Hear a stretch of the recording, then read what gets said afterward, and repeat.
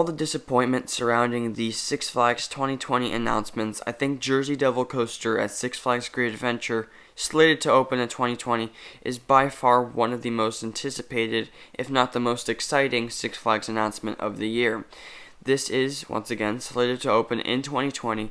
However, because there's no construction at the park, I'm worried we could have a West Coast Racers scenario where the coaster doesn't open until much later than we think.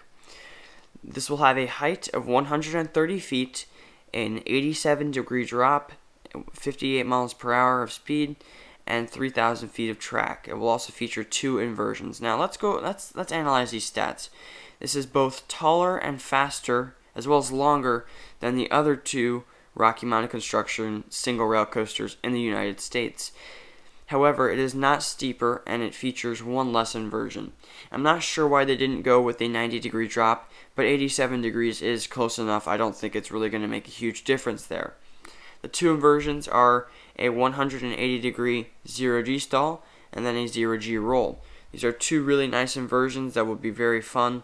It's going to be interesting to see how the 0G stall goes on this coaster.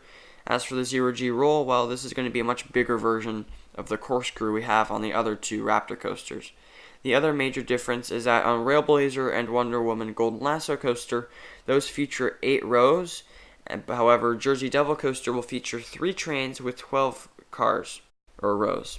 I think this is really interesting for a couple of reasons. One, Great Adventure had to reach the certain capacity requirement. I think they just reached it with this, 12 cars. And as for the ride experience, the back row will provide a very different experience than the front, more so than usual. There's a whole 4-car difference.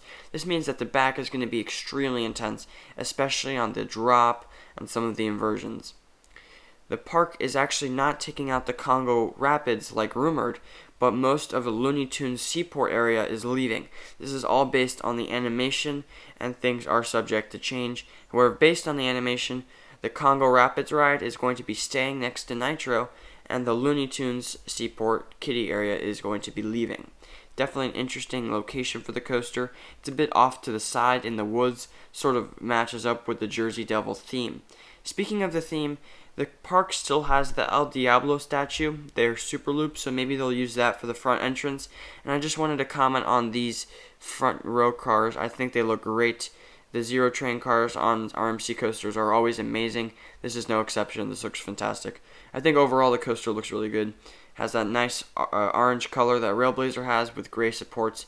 And yeah, it looks really visually appealing. It also looks a lot more compact than it is because this is an out and back coaster 3 times over. So I think that's really cool. And overall, this looks really nice. Now let's go over the POV of this coaster. You're going to go straight out of the station, and the station looks really long, which makes me wonder if they're going to have a continuous ride vehicle moving throughout the station. You're going to go up this lift hill. You're probably not going to get a view of much except for Nitro and then the river next to your left. You're going to go into this drop, and I already talked about how I think the drop on this coaster is going to be great. Despite it not being vertical, it kind of slows down at the top based on the animation, which means in the back you're going to get some fantastic airtime. You're going to go straight into a Raven turn, which pretty much is identical to Railblazer. Looks really awesome. You're going to go into a huge airtime hill, and I'm really excited for this moment. Probably my most anticipated element for the ride. I think it's going to have some great ejector airtime, hopefully sustained. Following that, you're going to go straight into your next element, which is a 0G stall. Very excited for that as well. Should be pretty awesome. Standard RMC stall. Into your turnaround. This turnaround reminds me of a less whippy version of the Railblazer turnaround. It's sort of where it banks up, does a couple turns, and then goes down. This is only 1 turn. Hopefully you're going to get some nice airtime on that backdrop though. You're going to go into your second inversion, which is that classic roll, into another airtime moment, which leads into your mid-course brake run. Off of that mid-course, you're going to go into the sort of slanted drop. Should provide nice airtime into your overbanked turn. After this, you're going to go into 2 banked elements. Both are in a different direction. Almost makes me it look like a sort of a large, more spread out version of the Trick Track double up. But yeah, looks fun. Into 2 more airtime moments, which leads you into your final brake run. So overall, I'm really excited for this coaster. I think it's going to make a great addition to the park. It's been forever since the park's original last coaster, which was El Toro. in 2006. Since then, we received 2 roller coasters, but they were either cloned or relocated. Green Lantern was relocated from Kentucky Kingdom, and the Joker is obviously a highly cloned model. So I'm really excited to see this coaster come to my home park. Overall, I'm really excited to see this coaster. I'm excited to hear your thoughts down in the comment section below. Be sure to like, comment, and subscribe. I'll catch you all next time.